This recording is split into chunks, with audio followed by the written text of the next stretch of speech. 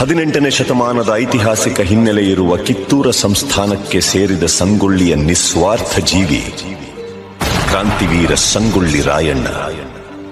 ತಾಯಿಗಿಂತಲೂ ತಾಯಿನಾಡೆ ದೊಡ್ಡದೆಂದು ಸಾರಿ ವೀರ ಪರಾಕ್ರಮಗಳಿಂದ ಬ್ರಿಟಿಷರ ವಿರುದ್ಧ ಹೋರಾಡಿ ಕಿತ್ತೂರಿಗೆ ಮೊದಲ ಜಯ ತಂದುಕೊಟ್ಟ ಕಿತ್ತೂರ ಚೆನ್ನಮ್ಮಳ ಬಲಗೈ ಬಂಟ.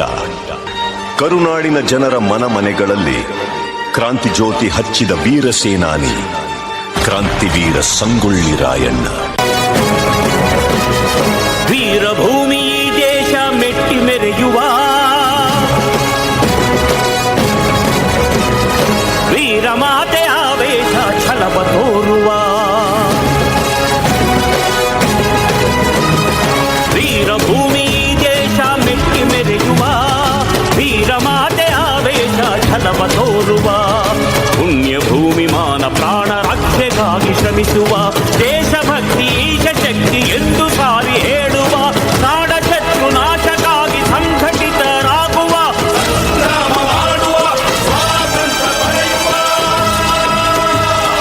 ವೀರಭೂಮಿ ದೇಶ ಮೆಟ್ಟಿ ಮೆರೆಯುವ ವೀರಮಾತೆ ಆವೇಶ ಛಲವ ತೋರುವ ಕರುನಾಡ ಸಿಂಹಗಳೇ ಕೆಚ್ಚೆದೆಯ ಕಲಿಗಳೇ. ಈ ಭೂಮಿ ಸೀಮೆ ಎಂದೆಂದು ನಮ್ಮದೇ. ಕರುನಾಡ ಸಿಂಹಗಳೇ ಕೆಚ್ಚೆದೆಯ ಕಲಿಗಳೇ. ಈ ಭೂಮಿ ಸೀಮೆ ಎಂದೆಂದು ನಮ್ಮದೇ.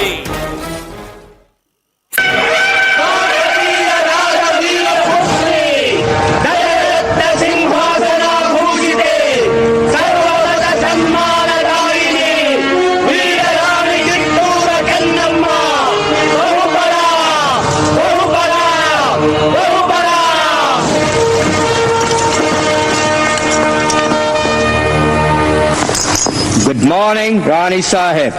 ಕುಳಿತುಕೊಳ್ಳಿ. Thank you thank you. ವಿಷಯವೇನೆಂದು ಕೇಳಿ ಮಹಾಮಂತ್ರಿಗಳೇ. ಸಾಹೇಬರೇ, ತಾವು ಬಂದ ವಿಚಾರ ತಾಯಿಯವರಿಗೆ ತಿಳಿಸಿ. ನೀವು ಮನ್ರು ಒಪ್ಪಂದದ ಪರುಕಾರ ಕಪ್ಪವನ್ನು ಕೊಡುತ್ತಿಲ್ಲ ಯಾಕೆ? ಕಪ್ಪ? ನಾವು ನಿಮಗೆ ಕಪ್ಪ ಕೊಡಬೇಕೆ? ಕಪ್ಪ ಕೊಡಲು ನೀವೇನು ನಮ್ಮ ಒಡ ಹುಟ್ಟಿದವರೇ, ಬಂಧು ಬಳಗದವರೇ, ಇಲ್ಲ ದಾಯಾದಿಗಳೇ? ನಿಮಗೇಕೆ ಕೊಡಬೇಕು ಕಪ್ಪ? ಕಿತ್ತೂರು ನಿಮ್ಮಪ್ಪ ತಾತ ಮುತ್ತಾತಂದಿರು ಕಟ್ಟಿ ಬೆಳೆಸಿದ ಆಸ್ತಿ ಅಲ್ಲ, ಕನ್ನಡಿಗರ ಆಸ್ತಿ. ಹೀಗಿರುವಾಗ ನಿಮಗೇಕೆ ಕೊಡಬೇಕು ಕಪ್ಪ? ನೀವೇನು ಕಿತ್ತೂರನ್ನು ಕಟ್ಟಿದವರೇ, ಬೆಳೆಸಿದವರೇ, ಕಿತ್ತೂರಿನ ಸುಖ ದುಃಖಗಳಲ್ಲಿ ಭಾಗಿಯಾದವರೇ. ನಿಮಗೇಕೆ ಕೊಡಬೇಕು ಕಪ್ಪ? ನೀವು ಚಿಮ್ಮತಂದಿಕೆ ಚಲಾಟ ಆಡುತ್ತಿರುವಿರಿ. ಇದರಿಂದ ಕಿತ್ತೂರಿನ ಪ್ರಾಣಹಾನಿ ಮಾನಹಾನಿ ಆಗುವುದು ಖಂಡಿತ.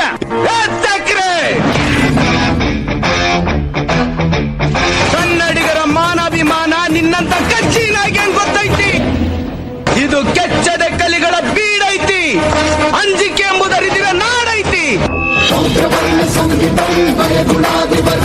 ಕಿತ್ತೂರು ದೇಶಾಭಿಮಾನ ಸ್ವಾಭಿಮಾನದ ಗೂಡೈತಿ. ಇಂಥ ನಾಡ್ಗ ನೀನು ಜೀವ ಬರ ತೋರಿಸ್ತಿ.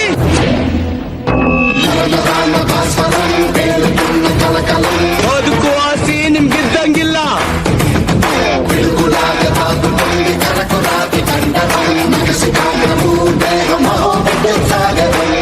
ನಿಮ್ಮನ್ನು ಉಳಿಸೋ ಆಸಿ.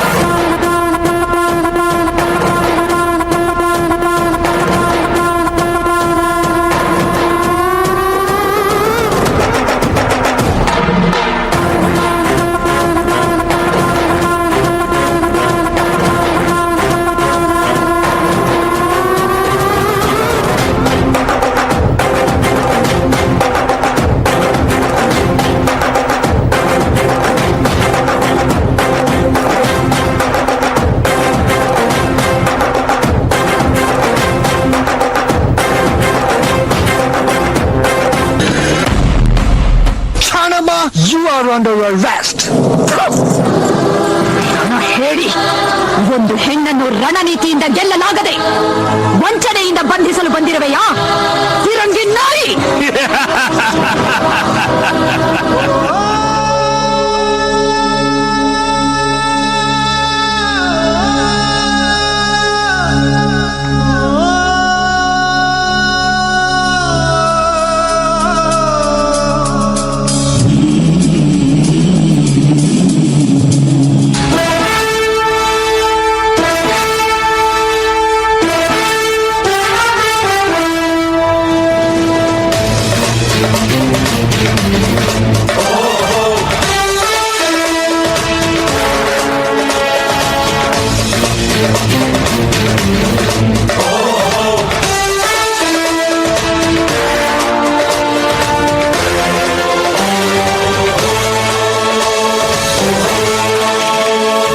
ಗಂಡು ಮೆಟ್ಟಿದ ನಾಡು ಇದು ಗಂಡು ಗಲಿಗಳ ಬೀಡು.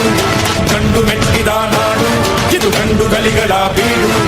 ಬಂಡು ಮಾಡದ ದಂಡು ಬಂಡಾಯ ಬೆತ್ತಿದೆ ನುಂಡು. ಬಂಡು ಮಾಡದ ದಂಡು ಬಂಡಾಯ ಬೆತ್ತಿದೆ ನುಂಡು. ಕಾಡು ಮೇಡನು ಒಲೆದು ಕಟ್ಟುಪಾಡನು ಮುರಿದು. ಕಾಡು ಮೇಡನು ಒಲೆದು ಕಟ್ಟುಪಾಡನು ಮುರಿದು. ಫಿರಂಗಿ ಪುಂಡರ ರುಂಡವ ಕಡಿಯಲು ಶಸ್ತ್ರಧಾರಿ ಶಕ್ತಿಯಾಗಿ ನುಂಗಿದೆ ನೋಡು. ಗಂಡು ಮೆಟ್ಟಿದ ನಾಡು ಇದು ಗಂಡು ಗಲಿಗಳ ಬೀಡು. ಗಂಡು ಮೆಟ್ಟಿದ ನಾಡು ಇದು ಗಂಡು ಗಲಿಗಳ ಬೀಡು.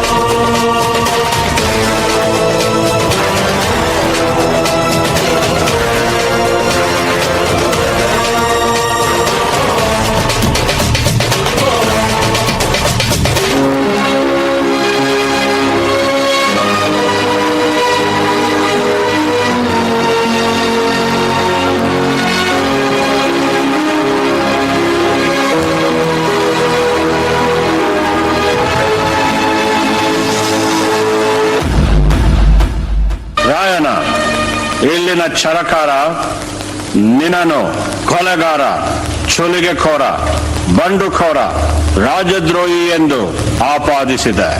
ರೀ ಜಡ್ ಸಾಹೇಬ್ರ, ನಾ ಸುಲಿಗೆ ಕೋರ ಅಲ್ರಿ, ಸ್ವಾತಂತ್ರ್ಯ ಹೋರಾಟಗಾರ. ನಾ ಸುಲಿಗೆ ಮಾಡಿದ್ದು ನಮ್ ದೇಶದ ಸಂಪತ್ತ ದೋಚೋ ತುಡುಗ್ ನನ್ ಮಕ್ಕಳನ್ನ. ನಾ ಕೊಲೆಗಾರ ಅಲ್ರಿ, ಸಾಮಾನ್ಯ ವಾಲಿಕಾರ. ಆದ್ರ ನಾ ಕೊಂದಿದ್ದು ದೇಶದ್ರೋಹಿಗಳನ್ನ. ತಪ್ಪೆಜ್ಜೆ ಇಟ್ಟು ತಪ್ಪು ಮಾಡಿ ಆ ತಪ್ಪನ ನಮ್ ತಲೆ ಕಟ್ಟಿ ನಮ್ಮನ್ನ ಅಪರಾಧಿಗಳಂತ ಕರೀತೀರಿ. ಕುಂಪಣಿ ಸರ್ಕಾರಿ ಚಟಿಕಾರ. ರಾಯಣ್ಣನ ಉಳಿದ ಸಹಾಯಕರಾದ ಬಾಳನಾಯಕ, ಬಸವಲಿಂಗಪ್ಪ, ಕರಿಬಚ್ಚಪ್ಪ, ಭೀಮಪ್ಪ, ಕೆಂಚಪ್ಪ ಮತ್ತು ಅಪ್ಪಾಜಿ ನಾಯಕರಿಗೆ ಗಲ್ಲು ಶಿಕ್ಷೆ ವಿಧಿಸಿದೆ. ಈ ಅಪರಾಧಗಳಿಗೆಲ್ಲ ಮುಖ್ಯ ಕಾರಣಕರ್ತನಾದ ರಾಯಣ್ಣನನ್ನು ರಾಜದ್ರೋಹಿ, ದಂಗೆಕೋರ, ಅಪರಾಧಿ ಎಂದು ಪರಿಗಣಿಸಿ 26/1/1831 ಗಲ್ಲು ಶಿಕ್ಷೆಗೆ ಗುರಿ ಮಾಡಬೇಕೆಂದು ನ್ಯಾಯಾಲಯವು ಆಜ್ಞೆ ಮಾಡುತ್ತಿದೆ.